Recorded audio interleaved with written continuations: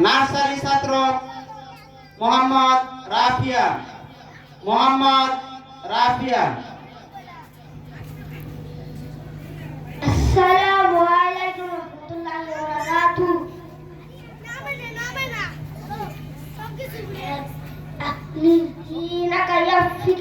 আমালুল কলিল হাদিস শরীফের অর্থ তোমার ইমানকে খাঁটি করো, অল্প আমল তাদের জন্য যথেষ্ট হইবে।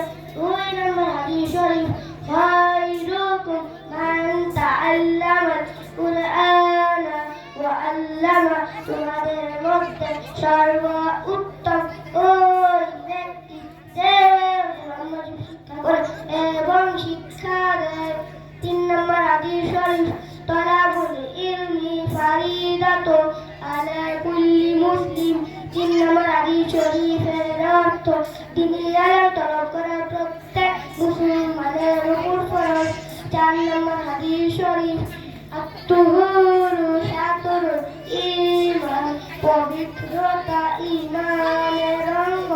5 নম্বর হাদিস শরীফ, মিফতাহুল জান্নাতি সালাত, নামাজ নেস্তের চাবি। 6 নম্বর হাদিস শরীফ, আউয়ালু মা ইউহাসাবু বিল আবদু ইয়াউমাল কিয়ামাতি সালাত, কিয়ামতের দিন সর্বপ্রথম নামাজের হিসাব হইবে।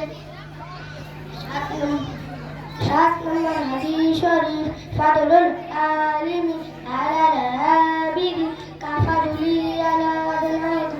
7 নম্বর হাদিস শরীফের অর্থ তোমাদের মধ্যে সর্বাপেক্ষা ছোটটি হইতে আমার মর্তবা যত বড়, আবেদের চেয়ে একজন খাঁটি আলেমের মর্তবা তত বড়। 8 নম্বর হাদিস শরীফ, দুআ ইবাদা, দুআই ইবাদা। 9 নম্বর হাদিস শরীফ, মান লাম ইয়াসআলিল্লাহ ইয়াগদাব আলাইহি।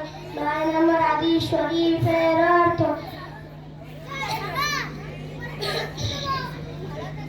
যে ব্যক্তি আল্লাহ তাআলার নিকট দোয়া করে না, যে মানুষের উপর রহম করে না।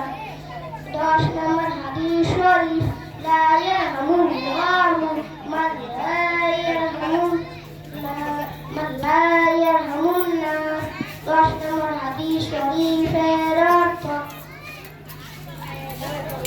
আল্লাহ তাআলা ওই ব্যক্তির উপর রহম করে না যে মানুষের উপর রহম করে না। আসসালামু আলাইকুম ওয়া রাহমাতুল্লাহি